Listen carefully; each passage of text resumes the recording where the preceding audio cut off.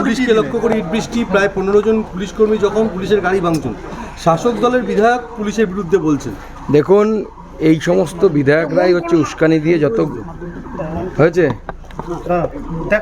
Battery লো হয়েছে, এই ধরনের পুলিশরা, এই বিধায়করাই উস্কানি দিয়ে যত গণ্ডগোলের ঝামেলার সৃষ্টি করে। এবং এটা মাথায় রাখতে হবে, সহিষ্ণুতা ভারতবর্ষের সংস্কৃতির অঙ্গ। সহিষ্ণুতা না থাকলে পরে ভারতবর্ষ টিকবে না। সেই জন্য কেউ কিছু বললো, কেউ কিছু সেটা নিয়ে লাফালাফি করার কোনো কারণ নেই। আমি আজকে যেমন উদাহরণস্বরূপ বলেছি, এক সময় এই বাংলাতেই বসে আমাদের সুনীল গঙ্গোপাধ্যায় তিনি কবিতা লিখেছিলেন, তিনি এখন স্বর্গত হয়েছে। তিনি তো রামচন্দ্রকে ক্রিটিসিজম করে, রামচন্দ্র তাদের চরিত্র নিয়ে অনেক কিছু লিখেছিলেন, মা সরস্বতী নিয়ে অনেক কিছু লিখেছিলেন। কই হিন্দুরা তো তার বাড়িঘর ভাঙতে যায়নি, বা রাস্তাঘাটে নেমে বোম ফাটায়নি, আগুন জ্বালায়নি। সহিষ্ণু বলেই 5000 বছরের বেশি সময় ধরে হিন্দু ধর্ম সংস্কৃতি টিকে আছে।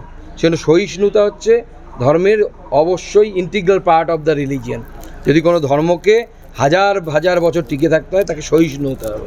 জঙ্গিপুরের ছায়া আমডাঙ্গাতে দেখা গেল, যে একদম জঙ্গিপুরের যে মানসিকতা, সেই মানসিকতাই এখানে একই মানসিকতা আছে। সেই মানসিকতাই জম্মু কাশ্মীরে, জম্মু কাশ্মীর এবং আমডাঙ্গা সব একাকার হয়ে যাচ্ছে।